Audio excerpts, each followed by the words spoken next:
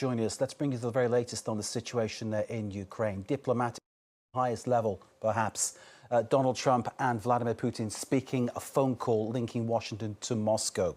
So the conversation went a little like this. Putin telling Trump that Russia will respond to what has been described as Russia's Pearl Harbor moment. That's the drone attacks mounted by Ukraine on Russia's strategic aircraft bomber fleet, taking out almost all of them, and of great embarrassment to Putin and Russia. Putin telling Trump then that Russia will respond to those attacks and to expect no immediate peace.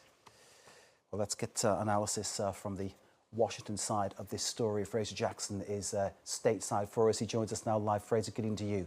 So, in terms of what's been said, no real surprises on Ukraine. No, not really, but I think it's worth going over the tone of this message, really, because it does signal a slight shift, albeit a subtle one, from Donald Trump. In that Truth Social post, he says, "I just finished speaking by telephone with President Vladimir Putin of Russia. The call lasted approximately 1 hour and 15 minutes, so slightly shorter than the last time they spoke." He says, "We discussed the attack on Russia's docked airplanes by Ukraine and also various other attacks that have been taking place by both sides. It was a good conversation, but not a conversation that will lead to immediate peace." President Putin did say, and very strongly, that he will have to respond to the recent attacks on the airfields. Now, note there that there is no mention of Donald Trump trying to talk him out of retaliating and responding to this attack by the Ukrainians just a few days ago. That is a marked departure from where he was posting on Truth Social just around a week ago, when he said, stop Vladimir, and said that Vladimir Putin had gone absolutely insane for launching waves of attacks at the Ukrainians. There's maybe a telling part of this of the tweet. When you read the next part of it, he says, "We also discussed Iran and the fact that time is running out on Iran's decision pertaining to nuclear weapons, which must be made quickly." Now, he says, "I stated to President Putin that Iran cannot have a nuclear weapon, and on this, I believe we are in agreement." President Putin suggested he will participate in the discussions with Iran and that he could perhaps be helpful in getting this brought to a rapid conclusion. Now, we're trying to get clarity, therefore, from the White House on whether Trump has changed his stance on this. And effectively now, there is worry that he may still allow Vladimir Putin to continue his war in Ukraine and continue those strikes on Ukraine in return for help on bringing about an Iran nuclear deal, which, of course, he's been trying to get over the line for the last couple of months or so. Another telling note, the one thing that really people have been waiting for is sanctions coming into effect on Russia from the US.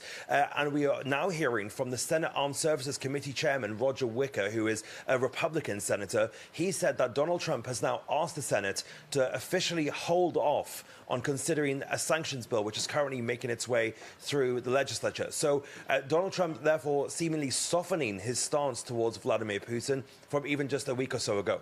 Is there really a sense there, Fraser, among the people around you and among the people in the Republican Party that Iran will actually play ball in any way, shape or form, given that Iran is obviously the major supplier of drones to Vladimir Putin for his war effort in Ukraine?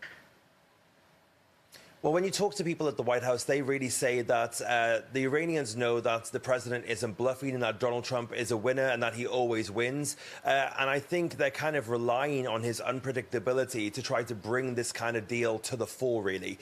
Because even among the White House staff, there is a sense that they don't really know what Donald Trump is going to say or do at any given moment. And they're basically just kind of constantly reacting to what the president has done and trying to make that fit his America First message. So they're relying on that unpredictability somewhat, but they do believe that Donald Trump has the ball in his court, really, because he can threaten Iran with military action, and they don't know whether he really will go ahead with it. But of course, that kind of peace through strength approach now is what the White House has been pushing forwards and what they'll continue to try to push forward to get this deal across the line.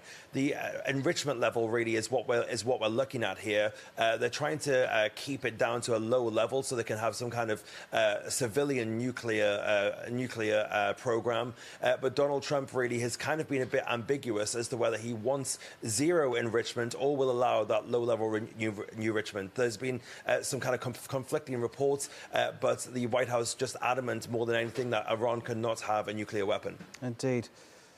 Clarity on that, perhaps, but behind it, as you say, strategic ambiguity from Donald Trump. The advisors there not knowing what he'll do next.